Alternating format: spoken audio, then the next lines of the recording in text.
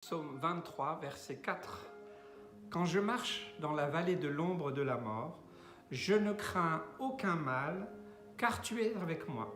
Ta houlette et ton bâton me rassurent. Amen. Quand je marche dans la vallée de l'ombre de la mort, c'est pas évident de marcher dans cette voie-là. David, qui a écrit cela, a connu cela. Vous savez, au sud de Jérusalem, un endroit où on peut monter et aller dans les endroits où David s'est caché, quand il se cachait du roi Saül. Et il y a un endroit, oui, où c'est vraiment très étroit entre les parois d'une montagne et de l'autre, et c'est vraiment dans un endroit où il y a de l'ombre, où c'est vraiment, c'est pas vraiment très agréable. Et des fois, nous nous trouvons nous aussi dans ce type de vallée, de situation, où on a l'impression qu'on est compressé, qu'on est vraiment dans le noir même le plus complet.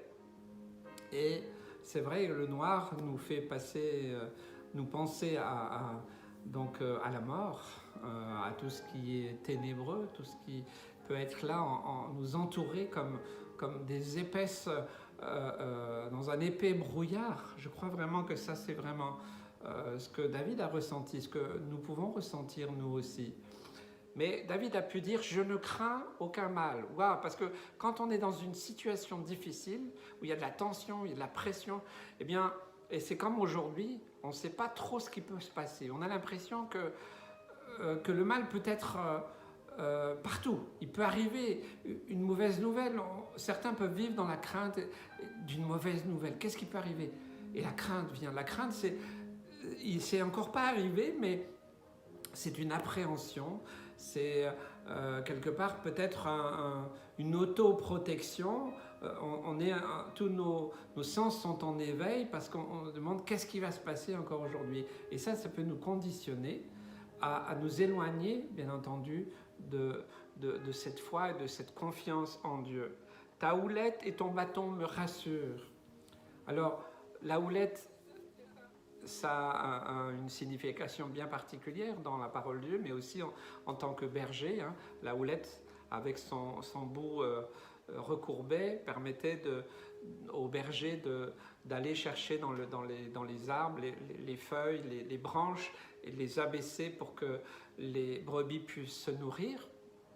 Et puis aussi, le bâton servait à éloigner tous les prédateurs. Donc ça, pour nous, c'est important que même dans cette situation difficile où tu es, où nous sommes, eh bien, même si ça nous paraît être noir, ténébreux, eh bien,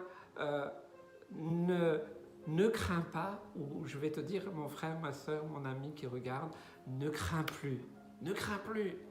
Il est là, il veille. Et tu ne manqueras de rien, c'est la provision de Dieu aussi.